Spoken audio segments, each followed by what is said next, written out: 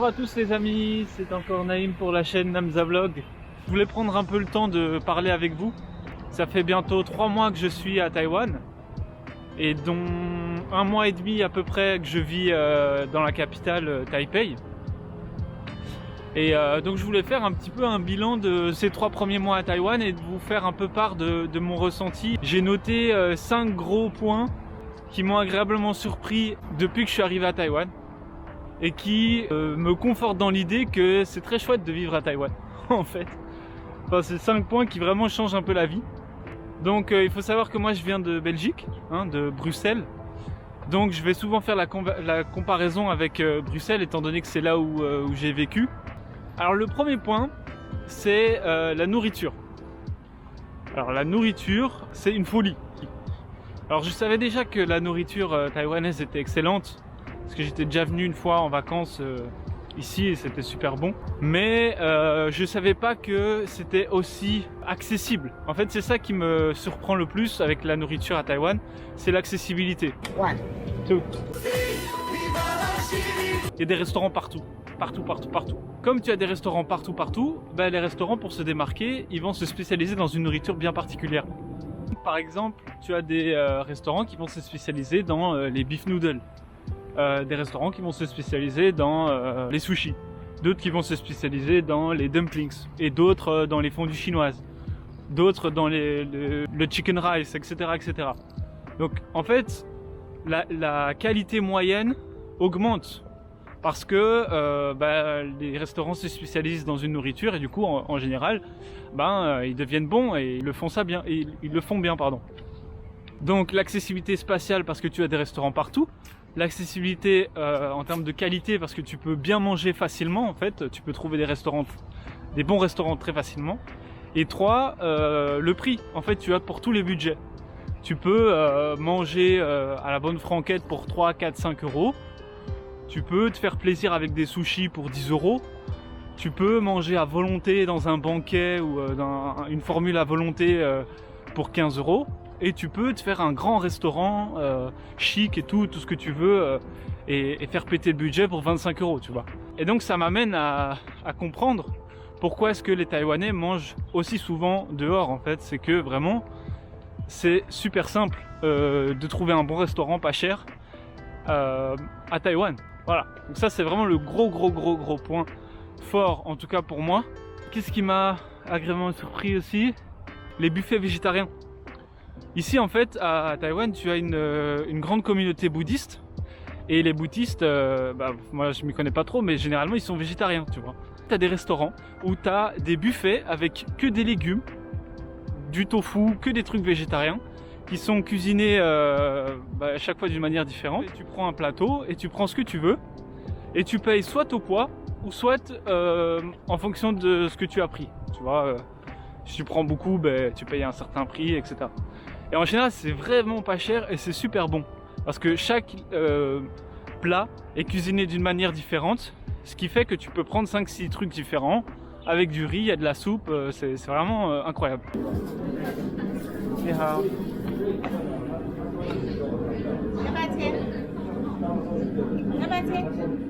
Non.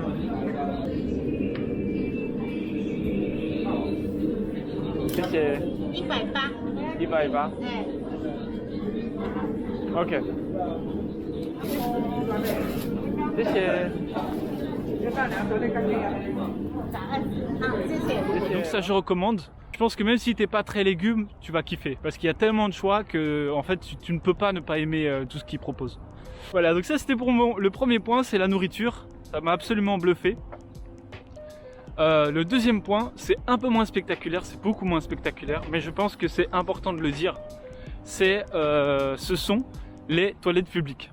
Alors ça, il y en a partout ici. Tu prends le métro, tu as des toilettes publiques. Et quand je dis toilettes publiques, c'est homme-femme, séparés, mais tu as parfois plusieurs fois homme-femme. C'est-à-dire que d'un côté de la station, tu as homme-femme, de l'autre côté de la station, tu as homme-femme, tu montes un étage homme-femme. Wow, c'est incroyable. Donc tu as ça dans les métros, tu as ça dans les temples. Il y a beaucoup de temples ici dans les rues. Tu marches dans une rue et hop, tu as un temple au pif. Ah ben, tu as des toilettes dedans. T'as des toilettes dans les combini parfois aussi, les convenience stores, les épiceries ouvertes 24h/24. Ça c'est bien aussi. Où est-ce qu'il y a des toilettes encore? Il y a des toilettes dans les parcs. Dans tous les parcs, t'as une toilette. Tous les parcs.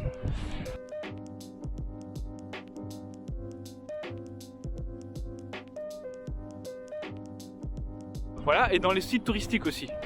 Quand tu vas dans un site touristique où il y a vraiment beaucoup de gens qui viennent, un site touristique connu, tu as des toilettes tout le temps. Et en fait, on s'en rend pas compte, mais quand on a accès aux toilettes aussi facilement, on se rend compte à quel point c'est utile en fait. Parce que tu dois pas te tracasser de ah je vais acheter un thé mais je peux pas le boire parce que sinon je vais devoir pisser. C'est comme des besoins élémentaires et c'est très agréable de ne pas avoir cette pression quand tu sors dehors en fait. J'ai rarement vu une toilette vraiment dégueulasse et elles sont gratuites. Tout est gratuit, tout est pris en charge par l'État. Parce que l'État se dit faire pipi, faire caca c'est important, c'est un besoin naturel et ça ne devrait pas être payant. Ça fait plaisir.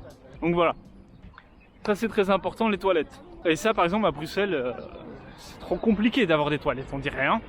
Alors, qu'est-ce que c'est mon troisième point? C'est les transports en commun. Donc il y a métro, il y a tram, qu'est-ce que je raconte? Non, il y a métro, bus et vélo. Donc je vous parlais des transports en commun. Donc tout est rendu très facile grâce à cette carte, la Easy Card, qui est moi à l'effigie de Pokémon, c'est trop stylé je trouve. Et donc c'est une carte qui te permet d'utiliser le métro, de prendre le bus et d'utiliser le vélo très facilement. Tu peux la recharger très facilement dans une station de métro, je pense que ça prend même pas 30 secondes. Tu arrives, tu mets ta carte, hop, tu mets l'argent, hop, elle est transférée dessus. Et tu peux aussi la recharger dans un combini, dans n'importe quel combini, tu donnes l'argent au mec, enfin, à la personne qui travaille là. Tu mets ta carte sur une espèce de machine et il transfère l'argent directement dessus. Alors commençons par le métro. Le métro c'est très fluide, très facile d'utilisation, les quais sont larges, c'est sécurisant parce qu'en gros il y a des agents dans toutes les stations qui sont là si tu as des questions, en fait c'est important d'avoir du personnel à qui te référer si tu as un problème. Et il y en a dans toutes les stations. Alors je vous ai déjà dit, il y a des toilettes, il y a des bornes de recharge pour recharger sa carte, il y a souvent, parfois des restaurants ou des donuts ou des trucs qui vendent un peu de la nourriture. Et les métros sont très rapides, j'ai jamais attendu plus de 5 minutes à un métro. Qu'est-ce que je peux dire d'autre? C'est très agréable en fait de prendre le métro.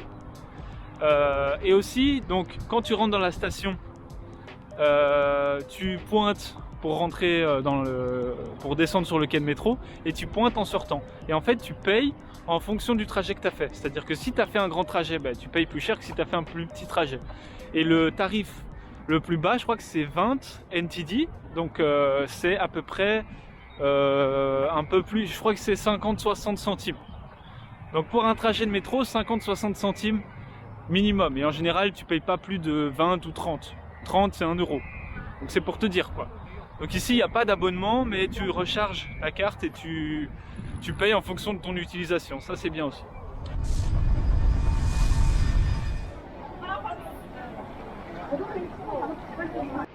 Ouais, c'était par là.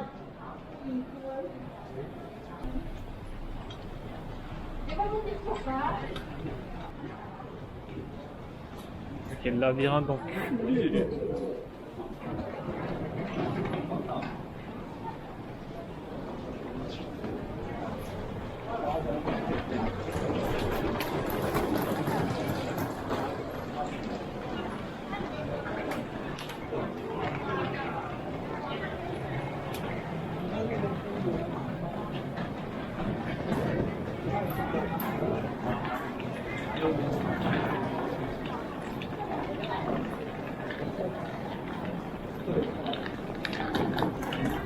Le sushi, moi je crois que c'est par là que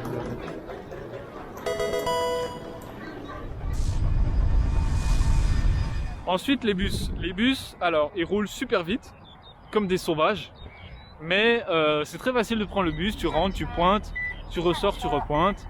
Voilà, un très bon point c'est qu'il y en a absolument partout des bus, vraiment ils vont dans tous les sens, ils sont très fluides, il y en a énormément et tu attends jamais, ça m'est arrivé d'attendre 10 minutes mais c'est très rare. Qu'est-ce que je voulais dire? Ah oui, les vélos. Alors les vélos c'est une dinguerie. Les vélos en gros, tu as une société ici publique, hein, je sais pas si c'est public, privé, privé, public, j'en sais rien, qui s'appelle YouBike, qui est un peu l'équivalent des Vilo à Bruxelles. Qui fonctionne super bien. Tu peux utiliser cette carte, donc tu mets ta carte sur la machine où il y a le vélo et le vélo se décolle et en fonction encore une fois de ton utilisation tu payes plus ou moins cher et les vélos sont très bien et il y en a vraiment partout donc c'est vraiment chouette de les utiliser. Surtout il y a un réseau de pistes cyclables gigantesque qui s'appelle le Riverside, enfin, qui s'appelle qui est en gros la rive de la rivière qui serpente à Taipei. Je ferai d'ailleurs une vidéo là-dessus parce que c'est très intéressant.